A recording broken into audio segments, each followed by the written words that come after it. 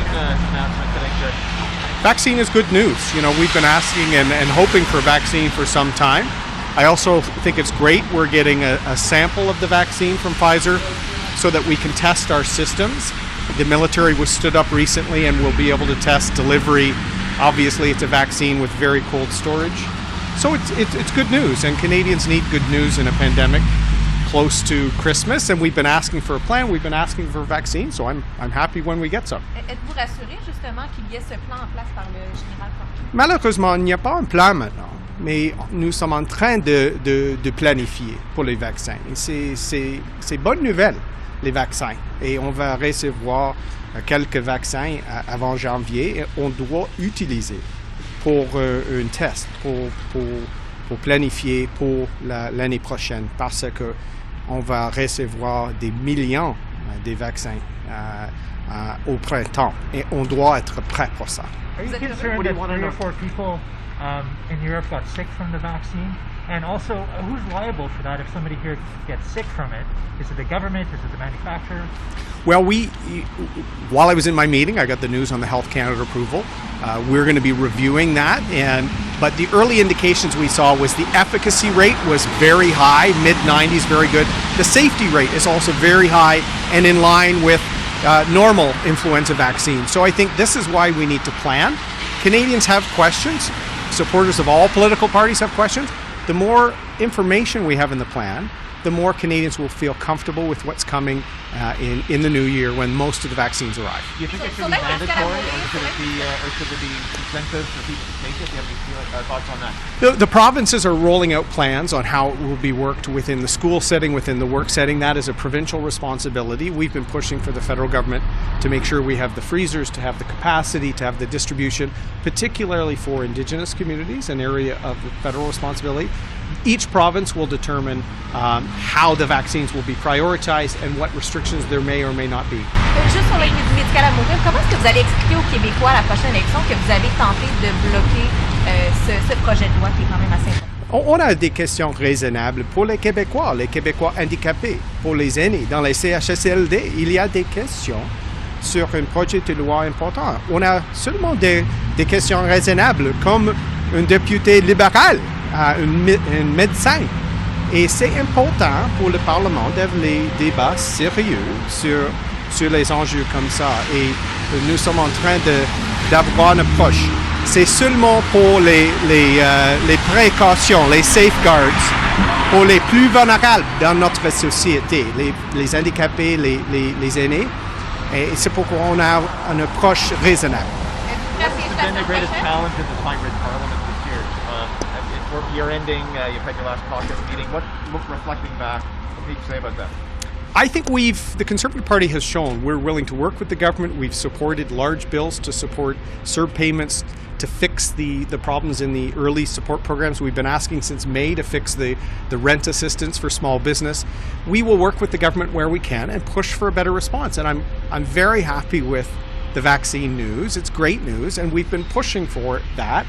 And let's use these early vaccines as a plan and as a test run so that Canada is ready. So I'm very proud of our team. That's what I told them today. Obviously, it's hybrid. It's difficult. We're in Zoom meetings more than Parliament. But all Canadians are overcoming adversity this year, including parliamentarians. Get the vaccine first. Obviously, we have to. The sample we're getting in the next few weeks, let's make sure we test deployment of that and make sure that the most vulnerable, some of the frontline people that will likely be exposed the most, they should likely be in it. But this is where I trust our scientific experts, Dr. Tam and provincial officers of health will have an approach. There's a very finite supply, but let's make sure we have the refrigeration and things needed across the country. What's your party's position on anti-vaxxer messaging and that sort of thing? Do you have anything to say if you absorb this good news today? Well, I think it's great news, and this is why a plan has to have information on the safety and efficacy of the vaccine. I will be getting the vaccine. I think it's important for public officials to talk about how important these are. Tools like rapid tests and vaccines will let us turn the corner in the pandemic and help us keep the economy moving. So if people have questions, that's because there's been a vacuum of information. I hope Mr. Trudeau stops being so secretive about this. Canadians just want to know, how many will my province be getting in January, February? When will my family have an opportunity? These are reasonable questions, and let's also show them it's safe and effective. The government.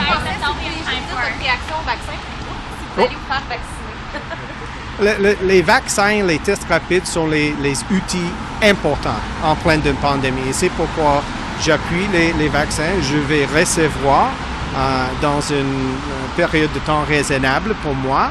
Mais c'est important de vacciner les plus vulnérables et nos premières lignes, nos infirmières, les autres. Et c'est pourquoi on a demandé un plan avant le 16 décembre. Heureusement, le gouvernement a voté pour notre motion sur un plan. C'était un exemple de collaboration, mais on va continuer de travailler avec le gouvernement sur la pandémie, sur les vaccins, sur l'économie. Et c'est le temps de faire ça en pleine pandémie. The two Michaels at 2 years in prison tomorrow. What are your thoughts on that? I wrote, reading the National Post today, my op-ed, we've been saying the Prime Minister's been out of step on China for 5 years. All of Canadians agree with that position. It's a matter of how we advance our security, our trade, our human rights interests in a matter that's appropriate. As more Canadians find out what we've been raising with the Uyghurs, the world cannot turn their eye to massive, wide-scale ethnic cleansing and human rights abuses. And it's not just about the almighty buck. That seems to be Mr. Trudeau's approach. We have to show our values aren't for sale. Thank you. Stay warm. Et c'est sûr que nous, ce qu'on souhaite, ça fait des mois et des mois, des semaines et des semaines que l'on questionne le gouvernement sur la question des vaccins. Alors que la compagnie Pfizer fasse déjà une première distribution, ça va dans le sens que l'on souhaite depuis déjà des semaines. Et que ce soit accepté, bien c'est sûr que maintenant il faut procéder. Il faut procéder correctement. Sur l'aide médicale à mourir, vous avez quand même voté pour le Oui, projet tout à fait, de loi. oui. Comment est-ce que vous expliquez le fait que maintenant vous tentez de bloquer ou d'acheter des délais maintenant? Il n'est absolument pas question pour nous de bloquer ou d'acheter des délais, comme vous le dites. Nous, ce que l'on souhaite, c'est ce pourquoi on bataille actuellement, parce qu'il y a beaucoup de questions qui surgissent là-dessus, alors que c'est tout simplement de faire notre travail. Les parlementaires sont ici pour s'exprimer. Et nous, ce que l'on défend, c'est le droit des parlementaires à s'exprimer à chacune des étapes. Et c'est désolant d'apprendre aujourd'hui qu'un député libéral est contre le projet de loi, mais ne l'a pas dit en Chambre. Il passe par les médias pour s'exprimer. Ça, c'est une atteinte à la justification démocratique. C'est pourquoi nous sommes ici en Chambre. Le devoir du parlementaire, c'est de dire en Chambre ce qu'il pense. Vous avez un député libéral qui, lui, est contre. Il ne l'a pas dit en Chambre, il l'a dit à TV. C'est tant mieux pour CBC, mais sa job, c'est de le dire à la Chambre des communes. Pourquoi il ne l'a pas dit à la Chambre des communes? Est-ce que c'est parce que les libéraux de Justin Trudeau se font dire « toi, tais-toi ». C'est ça la réalité. Nous, ce que l'on souhaite, c'est que ceux qui sont pour, ceux qui sont contre, puissent s'exprimer. Belle démonstration hier. Vous avez eu notre chef, M. O'Toole, qui a fait un discours impressionnant, basé sur l'aspect juridique des choses, dans lequel il a dit clairement qu'il avait des préoccupations par rapport à ça. 1h30 après, vous avez le leader parlementaire, c'est-à-dire moi-même, qui tient un discours qui ne va pas dans ce sens-là. Ça, c'est la démocratie. Ça, c'est la liberté de parole. Ça, c'est la liberté de conscience. Nous, les conservateurs, on défend ça. Mais est-ce que vous êtes prêts à utiliser cette liberté de parole pendant la semaine prochaine encore pour acheter? Alors, je vous rappelle que sur le débat, ce sont les libéraux qui sont maîtres du calendrier parlementaire. Et à cet effet-là, puisque là, on se retrouve dans l'entonnoir de la décision et de l'échéancier. On souhaite rien, on souhaite juste de pouvoir s'exprimer. La responsabilité pleine et entière de cet entonnoir de l'échéancier revient au Parti libéral. Pourquoi?